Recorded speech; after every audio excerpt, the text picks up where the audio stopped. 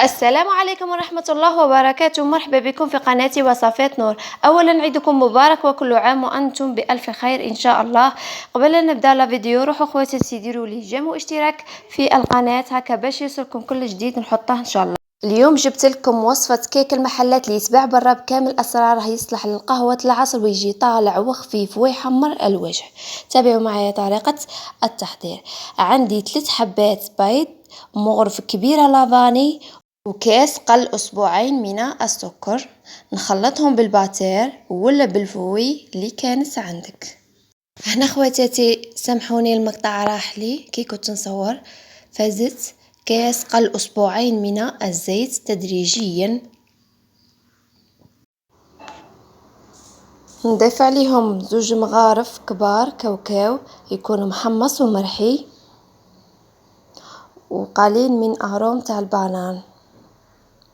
ودروك غادي نضيف كاس حليب قل أسبوعين، نضيف عليه مغرفة كبيرة خل باش يجيلي الكيك تاعي خفيف. غادي نديرها للخليط تاعي ونخلط في نفس الوقت. نضيف عليهم هذا المكون اللي هو مغرفة كبيرة حسل، هو اللي يخلي لي الكيك تاعي حمر. غادي دروك نضيفو الفرينة. عندي 2 كيسان قل أسبوعين، وكيس خميرة الحلوى 10 غرام، ومغرف صغيرة. دروك غادي نخلطهم شوية بالباتير.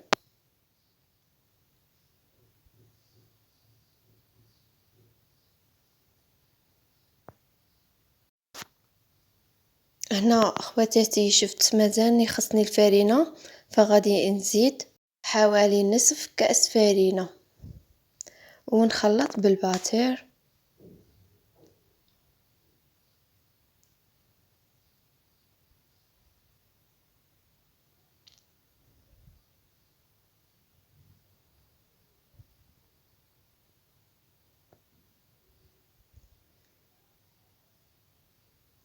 هنا خواتاتي بغيت نوريكم كيفاش لازم يكون القوام تاع الخليط تاعنا.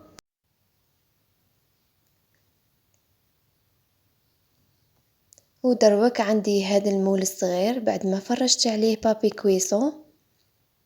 اللي ما عندهاش بابي كويسون دير شويه دهان وترش الفرينه.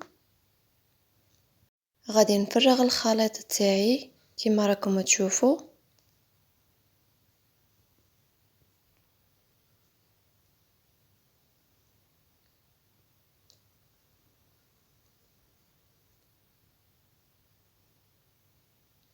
غادي نخبطه دروك شويه باش ما تجينيش جهه طالعه وجهه مهوده، ونحكم سكين ولا خدمي وندير هذه الفتحه.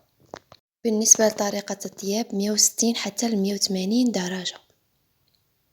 ها هو معنا بعد ما طاب. شوفوا الله يبارك كيفاش جاني هذاك الاحمرار تاع المغرف الحسل اللي درناها قبيل. مام هذيك الفتحه اللي درناها من قبيل تاع السكين جاك شغل مشقق. هنا في التزيين يبقى اختياري.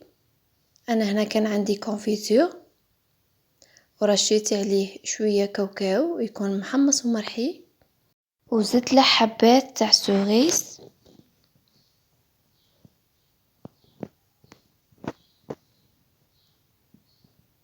هنا غادي نقطعها معاكم ونوريكم حبه باش تشوفوه كيفاش جاني في الوسط.